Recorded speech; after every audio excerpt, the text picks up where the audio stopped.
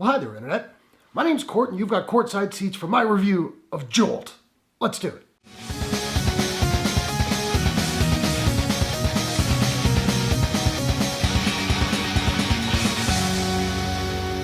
Jolt is an action comedy from director Tanya Wexler and Amazon. The film stars Kate Beckinsale, Jai Courtney, Stanley Tucci, Bobby Cannavale, Laverne Cox, and David Bradley. A bouncer with a slightly murderous anger management problem that she controls with the help of an electrode-lined vest she uses to shock herself back to normalcy whenever she gets homicidal. After the first guy she's ever fallen for is murdered, she goes on a revenge-fueled rampage to find the killer while the cops pursue her as their chief suspect. I'm not entirely sure what to make of this movie. I went into it having not seen any trailers, but I thought the premise was just bonkers enough to be a lot of fun, potentially. And I did have some fun with it for a while, but I also had a number of problems. As per usual, we'll talk about the good and the bad. I loved Kate Beckinsale in this movie. She's clearly having an absolute blast. The dialogue in this flick can be pretty snappy at times, it can be pretty cringy at other times. And while I can't say this for all the actors in this movie, she makes it work almost every single time. Jai Courtney doesn't really have a very big role, but he and Kate share a really lovely chemistry, particularly on a date scene early in the movie that I liked a lot. Bobby Cannavale, who I like, is fine. He's one of a pair of detectives. He's the straightforward by the book one. And he does what he's got to do, but he's not given a whole lot to do.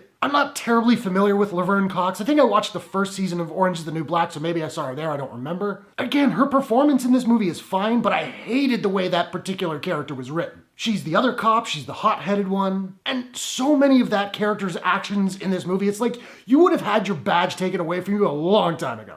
I just didn't buy it. Also, a lot of the jokes that she's given to deliver really kind of fall flat. Actually, that was kind of true of most of the humor in the movie for me, though I did get a few chuckles. Now, I will say I did love the look of this film. It's got this sort of candy-coated black and neon color palette that really pops. And the director and cinematographer framed some really beautiful shots. My understanding is this was filmed somewhere in Bulgaria. The city looks really cool. But while there is some pretty solid action in this movie, although not to the level of, say, like an Atomic Blonde or the recent Gunpowder Milkshake, the movie still has that constant problem of shaky cam and quick editing that is so prevalent in Hollywood today, even though it seems like nobody likes it. Bad Hollywood. Stop that, Hollywood. Still, aside from the hyper editing in the fight scenes, the movie does have a style and real frenetic energy that I really enjoyed. But even with its scant 90-minute runtime, this movie does get pretty repetitive. There are moments where we see Kate Beckinsale's character, Lindy, engage in extreme violence only to get a quick edit and realize it was all in her head. And that works really well the first couple times, but it gets old pretty fast. We see it coming, so those moments really kind of lose their teeth. I also found that the third act just started getting stale and a little bit tedious. There's also a chase scene in a hospital where Lindy has to get out of a certain situation. And without spoiling it, the way she gets out of this situation was